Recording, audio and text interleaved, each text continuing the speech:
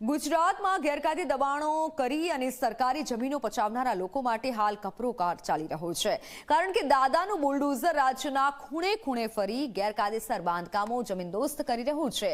દ્વારકા તો તમને યાદ જ હશે, દ્વારકાની સાથે જામનગરમાં પણ છેલ્લા ઘણા સમયથી ડિમોલિશન કરાઈ રહ્યું છે। ફરી જામનગરમાં જોરદાર બુલડોઝર કાર્યવાહી કરવામાં આવી છે, ત્યારે ક્યાં થયું હતું ગેરકાયદેસર બાંધકામ, જોઈએ આ રિપોર્ટમાં।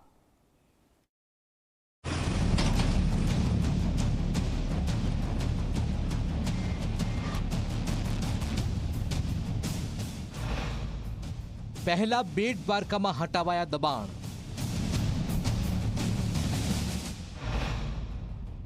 हवे जामनगर पहुंच्यु दादानु बुलडोजर।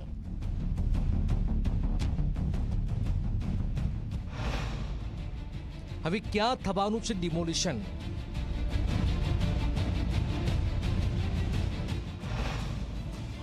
गैरकायदे बांधकामों पर कार्यवाही। गुजरात में गैरकायदे बांधकामों करीने करोड़ों महामूली जमीन पर कब्जो करी देनार लोको सामे जोरदार एक्शन हाल में जोवा मळी रह्युं छे।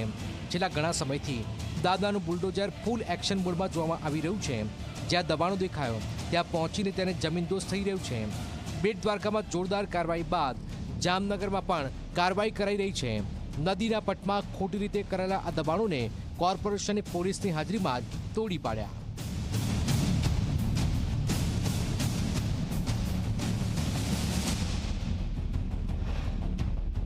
आज रोज जामनगर महानगरपालिका जामनगर एस्टेट शाखा ने टीम તેમજ લાઇટ શાખાની ટીમ દ્વારા નદીના પટને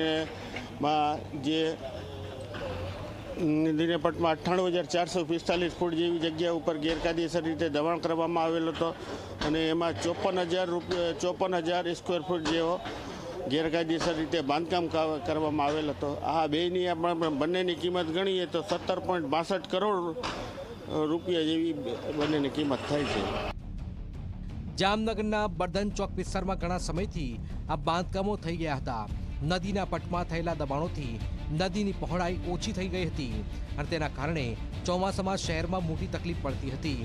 અનેક ઘર અને ધાર્મિક સ્થાનો ઊભા કરીને ખોટી રીતે જમીન પર કબજો કરાયો હતો, જેને દૂર કરવાની લાંબા સમયની માંગ હતી। પોલીસના ઉચ્ચ અધિકારીઓની હાજરીમાં કોર્પોરેશનના અધિકારીઓએ આ તમામ દબાણ પર બુલડોઝર ફેરવીને 17 કરોડની જમીન ખુલ્લી કરાવી।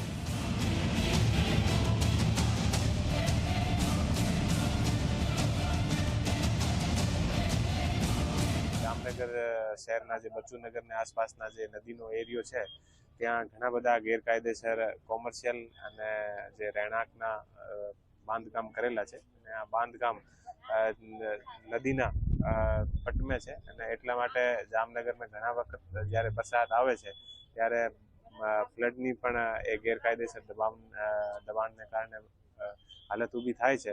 તો આ જેએમસી દ્વારા જે આ ડ્રાઈવ રાખેલ છે અને આ ડ્રાઈવમાં કોઈ પણ કાયદો અને વ્યવસ્થાની પરિસ્થિતિ ના બને એટલા માટે પોલીસનો પૂરતો બંદોબસ્ત રાખેલ છે। જામનગર શહેરના સુભાષ બ્રિજ નજીક આવેલી નદીના પટમાં કરાયેલી આ કાર્યવાહીને લોકોએ વખાણી છે। તો દબાણ હટાવવાની આ કાર્યવાહી હજુ પણ ચાલુ જ રહેવાની છે અને જામનગરમાં હવે પછી ક્યાં કાર્યવાહી કરાશે તેનો જવાબ પણ જિલ્લા પોલીસ વડાએ આપ્યો છે।